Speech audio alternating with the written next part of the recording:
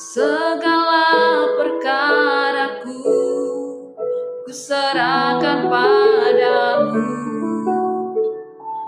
Allah pembelaku. Segala khawatirku ku taruh di kakimu, Allah pemeliharaku. Bila Kau yang membuka pintu, tak ada satupun dapat menutupnya. Bila Kau yang mengangkat aku, tiada yang dapat merendahkanku. Segala perkaraku ku serahkan padamu, Allah pembelaku. Segala khawatirku ku taruh di kakimu, Allah pemeliharaku. Bila Kau yang membuka pintu, tak ada satupun dapat menutupnya. Bila Kau yang mengangkat aku, tiada yang dapat merendahkanku.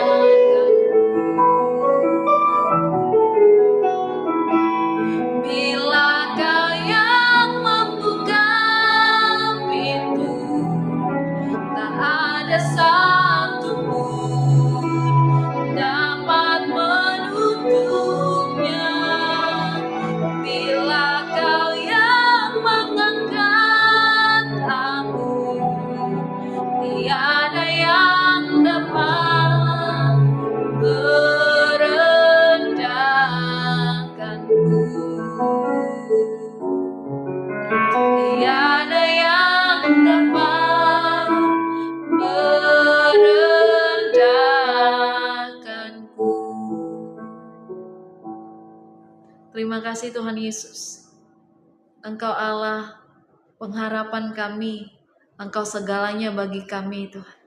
Terima kasih untuk pemeliharaan-Mu di dalam hidup kami. Kami bersyukur untuk rahmat-Mu yang selalu baru, yang terus menyertai kami. Terima kasih Tuhan Yesus. Saat ini bersabdalah bagi setiap kami, berikan kami pengertian yang baru. Di dalam nama Yesus, haleluya. Amin. Shalom Bapak Ibu, Saudara yang dikasihi Tuhan. Kembali bersama dengan saya pada hari ini Selasa, tanggal 28 Oktober 2025. Saya akan mengajak saudara, kita akan sama-sama membaca dan merenungkan firman Tuhan yang pada hari ini memiliki tema diciptakan untuk saling membutuhkan. Saya berharap Bapak Ibu Saudara membaca dari Kejadian 2 ayat 4 sampai 25, juga dari Injil Lukas pasal 17 sampai 18. Izinkan saya membaca satu ayat yang diambil dari Kejadian 2 ayat 18. Demikian firman Tuhan. Tidak baik kalau manusia itu seorang diri saja. Aku akan menjadikan penolong baginya yang sepadan dengan dia. Nah saudara, perenungan kita pada hari ini, sejak awal penciptaan, Allah menempatkan manusia dalam taman yang indah, penuh dengan segala kebutuhan. Adam memiliki pekerjaan untuk mengusahakan taman, menikmati buah-buahannya, bahkan merasakan hadirat Allah yang dekat. Namun di tengah kelimpahan itu, Allah melihat satu hal yang kurang, yaitu tidak baik kalau manusia itu seorang diri saja. Kalimat ini bukan berarti Adam tidak cukup, melainkan Allah menegaskan bahwa manusia diciptakan untuk hidup dalam relasi. Ayat ini bukan hanya berbicara tentang hubungan suami istri, tetapi lebih luas, yaitu menyatakan hubungan dengan sesama, dan hubungan manusia dengan Allah. Manusia bukan makhluk yang mampu berdiri sendiri, melainkan makhluk sosial dan spiritual. Sosial karena membutuhkan sesama, dan spiritual karena membutuhkan Allah. Inilah maksud Allah sejak semula, yaitu kita diciptakan untuk saling membutuhkan, saling menopang, dan saling menguatkan. Apa yang dapat kita pelajari tentang hidup saling membutuhkan? Maka yang pertama, Allah menciptakan kita untuk hidup dalam relasi. Firman Tuhan berkata dalam Kejadian 2 ayat 18, Aku akan menjadikan penolong baginya yang sepadan dengan dia. Kata penolong di sini bukan berarti bawahan, tetapi seorang yang sepadan, setara, dan bisa saling melengkapi.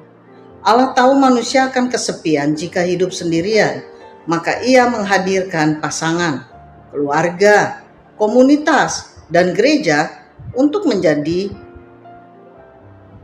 tempat kita bertumbuh. Kitab Pengkhotbah menegaskan, berdua lebih baik daripada seorang diri, karena bila mereka jatuh, yang seorang mengangkat temannya. Dapat saudara baca dalam Pengkhotbah 4 ayat 9-10. Dalam hidup kita pasti menghadapi kesulitan. Namun ketika ada orang lain, kita bisa saling menopang. Bayangkan sebuah api unggun. Jika ada satu kayu bakar terpisah, ia cepat padam.